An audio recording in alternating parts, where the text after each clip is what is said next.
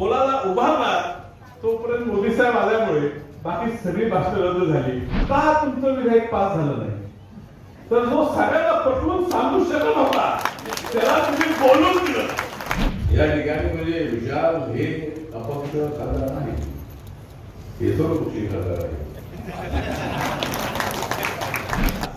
योग आहे, आमचं भाग्य आहे की आठवले साहेबांबरोबर एकाच सभागृहात, ते राज्यसभेत जरी असले तर मंत्री असल्यामुळे ते आमच्या सभागृहात येतात, त्या ठिकाणी बसतात. आमचं नशीब, आमचं योग की एकाच सभागृहात आम्हाला बसायला मिळतं. परवा एक महिला विधेयकावर चर्चा होती आणि अजून काही वक्ते बोलत होते. तोपर्यंत आठवले साहेब सभागृहात आले आणि आम्ही सगळे आनंदित झालो की तोपर्यंत दीपक बाबा वाईट वाटून घेऊ नका, पण तुमच्या सगळ्यांची भाषणं खूप बोरिंग झाली. त्यामुळे आता आठवले साहेब बोलतील आणि खऱ्या अर्थाने हा विधेयक का पास केला पाहिजे हे कदाचित आम्हाला सगळ्यांना समजून सांगतील आणि त्याच्याची प्रेरित होऊन चुकून आमचं बटन चुकीच्या ठिकाणी जाईल ह्याची आम्हाला भीती होती. आणि साहेब बोलायला उभारणार तोपर्यंत मोदी साहेब आल्यामुळे बाकी सगळी भाषण रद्द झाली आणि त्यामुळे त्यांना त्यावेळेला ह्या विषयावर बोलू दिलं. आणि म्हणून बाबा तुम्हाला जर वाटत असेल का तुमचं विधेयक पास झालं नाही, तर जो सगळ्यांना पटवून सांगू शकत होता त्याला तुम्ही बोलून दिलं. आता पक्षाचे डोळे बाहेर ठेवले तरी कसा अंगात असते ते कमी होत नाही. पुन्हा खासदार झाले, आपल्या काही चुकांमुळे नगर जिल्ह्यातल्या शिर्डी मतदारसंघात पराभव पत्करावा लागला. त्यांची त्यावेळी नाराजी होती. काही काँग्रेसच्या पक्षाच्या लोकांनी त्यावेळेला चुकीची भूमिका घेतली. आता भाजपमध्येच गेलेले आहेत. जेही चुकीची भूमिका तुम्ही गेल्यावर ते तिथं आले, त्यांचा तुम्हाला त्रास नको. पण आम्ही कुठेतरी कमी पडलो, काँग्रेस म्हणून कमी पडलो. एक चांगला हिरा जो आपण ओळखलेला परखलेला, त्या हिऱ्याला ताकद देण्यात काँग्रेस पक्ष कुठेतरी कमी पडला.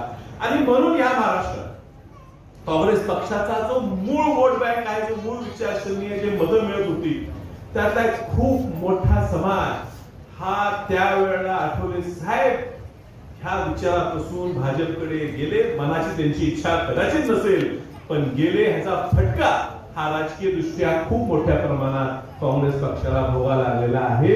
आणि किंबहुना कदाचित आमचा मतदारसंघात सुद्धा थोडंफार जास्त नाही, कारण स्टेजवर तुम्ही जरी असता, तुम्ही मनाने तुम्ही बसत घराबरोबर असतात, त्याचे उत्तर आम्ही कधीच विसरू शकणार नाही. प्रतीक पाटील यांच्याकडून माझे संबंध अत्यंत चांगले होते आणि प्रतीक पाटील यांच्याकडे माझ्याकडे ऍडिशनल पीएस आहे प्रतीक पाटील, ते राजकोटचे आहेत, गुजरातचे आहेत.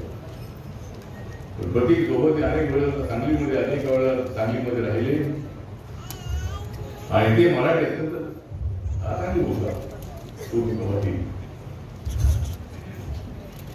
तर या ठिकाणी म्हणजे विशाल हे अपक्ष खासदार नाही, हे सर्व पक्षी खासदार आहे. सगळ्या पक्षाने आपल्याला मदत केलेली आहे.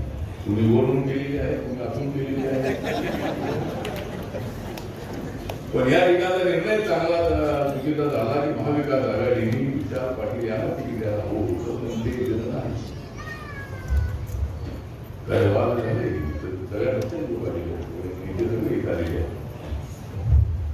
त्यामुळे विठ्ठल पाटील यांनी सर्व पक्षांच्या वतीनं हत्यार ठेवलेला आहे. आरपीआयची भूमिका. महाराष्ट्रातील सर्व बातम्यांचे विश्वासार्ह व्यासपीठ. सकाळच्या सर्व सोशल मीडिया प्लॅटफॉर्मला लाईक, फॉलो आणि सबस्क्राईब करा.